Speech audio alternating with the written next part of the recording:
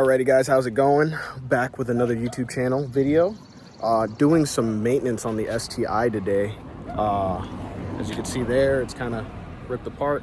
One of my turn signals don't work, so as I'm figuring that out, we're doing two birds with one stone since I'm feeling extra mechanically inclined. We're also going to be doing my fuel pump, as you can see in there, today. So we're going to try and get you guys that content. I'm probably going to post a fuel pump video. Don't think you guys really care about my turn signal not working, but just buttoning up some things on the build. The fuel pump is needed because I am planning to go on E85 with the vehicle. Car is currently tuned by Bader on 93. I have no fueling mods. If you guys want a video on what I've done to the car since, fixing it, but it is a lot faster now, tuned by Bader, and I want to tune on ethanol, so we're getting it ready for that by doing the fuel pump today. There's a really good video out there that I'm currently following to do the video, that y'all can follow as well. If I remember it, I'll give the guy credit, but I'm gonna try my best to kind of guide you guys through this as well. My first time doing a fuel pump on an STI. I've done it on my truck twice. I've done it on a couple buddies' cars. I've helped on a lot of VQ's fuel pumps. This one's allegedly plug and play. I got a Walbro. No, I'm not that cool. I'm on an AEM 340, which is what I'm upgrading to, which does do ethanol content, which is the entire goal. So you can see right there, I got it from Subi Mod, pretty cheap. I thought my fuel pump was going out, so I went all out with it. But turns out it wasn't. It was just an oxygen sensor. But we're doing the ethanol anyways on the vehicle, so we're going to dive into that here quickly on the channel and on the video. Hopefully you guys enjoyed the content. I'm trying to be more consistent and post more, so I'm going to keep putting out these Subaru videos with things that I mod on the car just so you guys can see them. But yeah, let's dive into that. Alrighty. Step one, which I got confused on, your fuel pump is that one, right? I don't even know what this is, but the fuel pump is on that one. So highly recommend you do this with less than a full tank of gas. I'm almost on E, so capitalizing. But we're gonna go ahead and take that cover plate off right there and start taking the fuel canisters and stuff like that out. So that's what's coming up next. Back seat to take them out, they're pretty easy. You pull these two tabs and slide it forward and pull it up. So just pull 1, 2, slide it forward, pull it up, and it comes out. And then you could be a cool guy like me and just leave it out in your freaking driveway. Or you could do what I'm also gonna do. I have a dog, and her and Mud and Alcantara just don't get along. So we're gonna take it to get cleaned out properly, especially since the side of the car. I mean, why not? So that's that. We'll probably get you guys set up on my tripod so y'all can watch me humiliously fail on this, but yeah.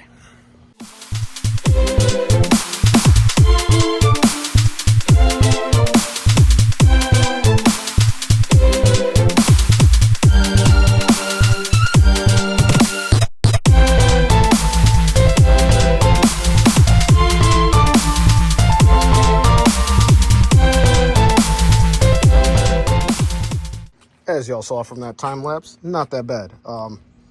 So I had a quarter of tank left, so not a lot. You'll need an 8mm for the bolts around the canister. BT dubs. Also, make sure your battery's not plugged in, all right? I don't know how many times I have to tell you hippies to keep this disconnected when you're working on your car, but battery no pluggy in, all right? Other than that, that's actually probably one of the easiest fuel pumps I've ever had to do. And I have a Tacoma, and I had to do it on that one. And you got to drop it under the bed. So this ain't that bad. But saw from the time lapse, pretty easy to pull up. Have some rags around because you're going to spill a little bit of gas if you have the proper amount in there. If you have a full tank, you're spilling that whole thing over all this.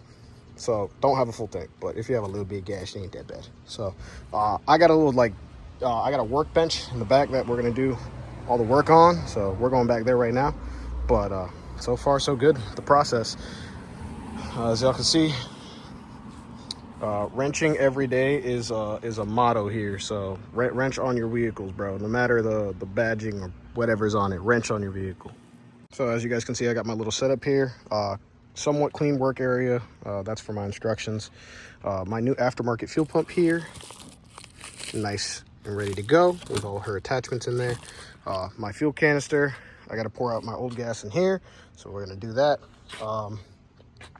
And some brake clean, because I'm going to use it to kind of clean it up, because my old stuff is kind of crusty. I'm not going to lie. You can tell no one's really worked on it, which is a good sign. Hopefully this pump lasts forever. That's the goal. Should be more than enough for the power goals I have. High flow intake fuel pump, and we got a new fuel filter going in there as well, so she should be all good to go. Y'all will watch on the time lapse the progress I got going on. I'll try and stop and give any advice or instructions that I encountered. Basic tool set, might go get my pick set just to get all the little gaskets off of it and on of it, but other than that, this should be the basic stuff you need to do a fuel pump. Not impossible, guys.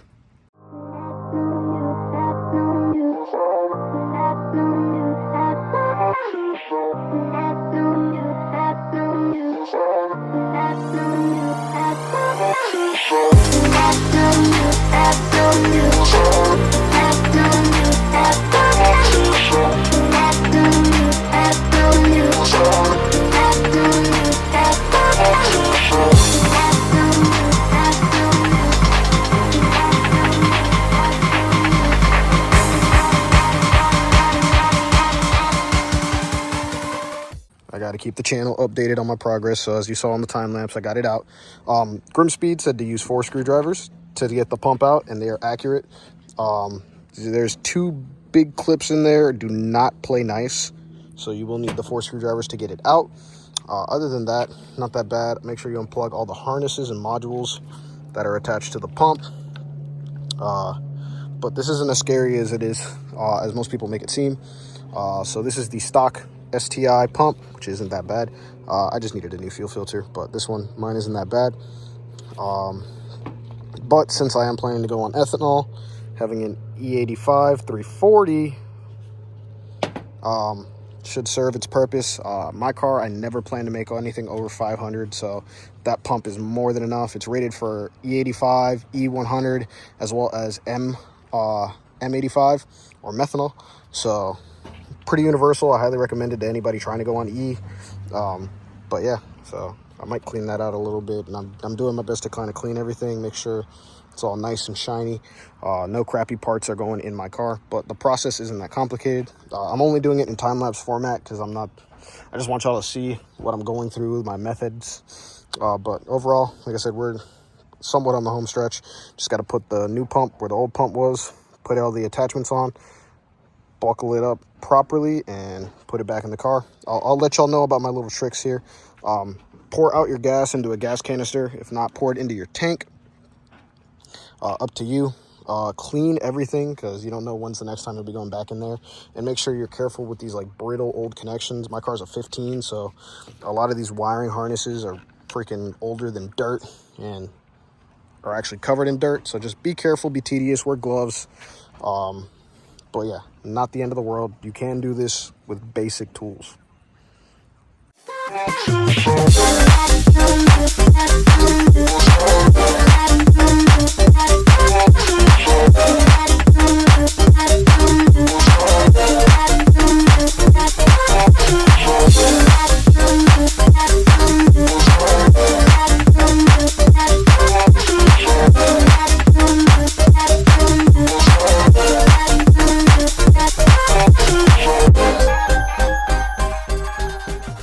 Alrighty, nerds. We got it sitting right there, so I'm about to put y'all on the stand so I can time lapse it. We're gonna put it back in the tank. We are almost done though, like literally home stretch. Loving it. Just got to button this up and then we'll go test it, and that's about it. Car should be fine though. It doesn't need a tune for a fuel pump, because as long as your regulator's the same, you can run an aftermarket fuel pump. So fun fact, if y'all didn't know that. And I did not learn that fact by off, the internet or anything. Smedia taught me that. So shout out to Smedia. But yeah, you don't need a tune for a fuel pump change, because your fuel duty cycles are adjusted here by your regulator on the front side of your engine. So once you change that regulator and those injectors, then you got to get tuned. But you can do a pump on your own, which is why I'm doing mine right now. Eventually, I'll get the rails in the car, as well as the fuel lines I got from Night Shift. Shout out Alberto. And hopefully, we'll get retuned by the legend himself, Bader, on E85. I made alleged good numbers on 93. It feels great on 93, so we'll see what we can do on E85. That's the whole point of this. Like I said, this pump, plenty. So, gonna get it installed. They're gonna get set up on the tripod somewhere in this vicinity, and we're just going to drop that bad boy back in there. So all you got to do is drop it in there, put the cover on it, plug everything up, put all the hoses back on, seal it, and everyone's happy. So not the hardest process ever. It took me 4 hours because my brain just be lacking sometimes, and I really struggled with one of the O-rings as well as one of the fuel filter little gasket thing. I struggled with that a lot. Y'all will see that in the time-lapse footage. But overall, not a bad job. So let's get into the time-lapse, and we'll see once we're done.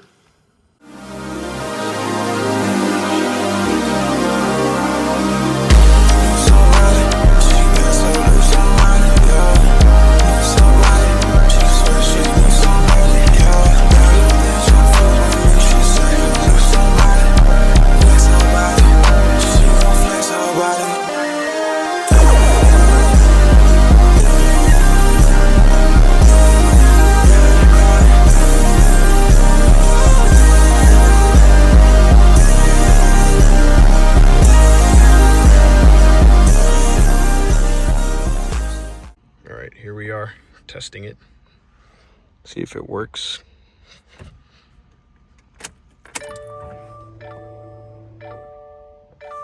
That's cool. All right, let's see if she starts. Fuel pump done successfully, guys. Heck yeah. Give y'all some POV of the car running after doing the fuel pump. Let's change it up a little bit so y'all can see some more.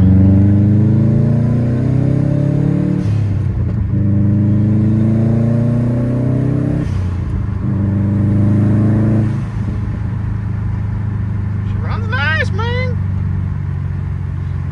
Very nice. Duty cycle's not going that crazy. AFR is looking pretty good. Just got to get some rails and injectors on her and she'll be a beast. Hopefully, we can take her up to VIR. Really test her out there.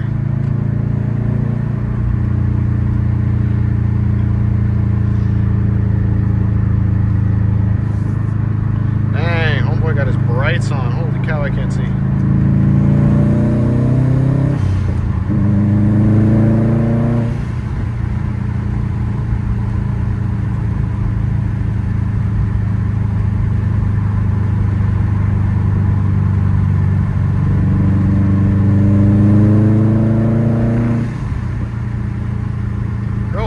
Real fun car, guys. Real fun car.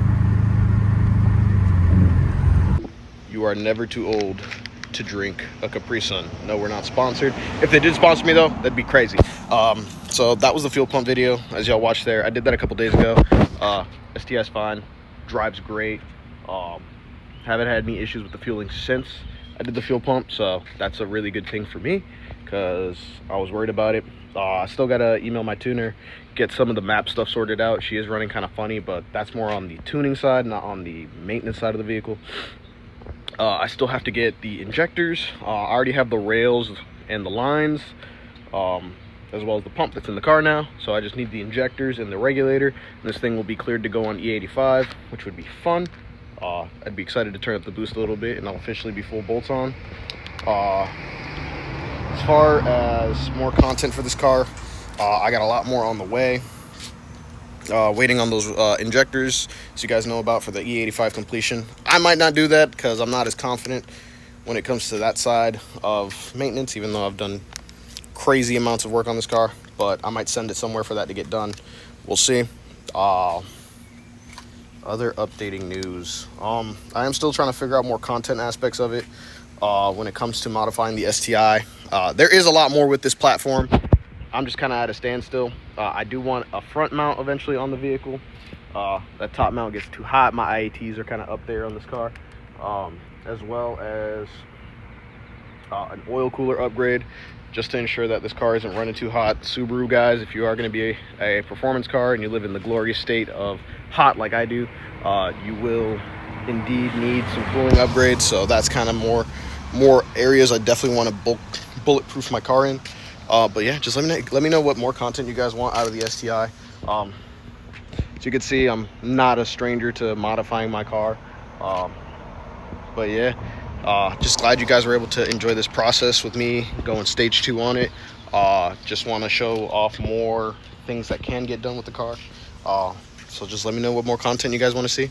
Got some surprises in the works for the channel. Y'all will see that eventually. Not gonna say anything yet, but more content coming soon. But yeah, just let me know. Thanks for enjoying the content. Peace.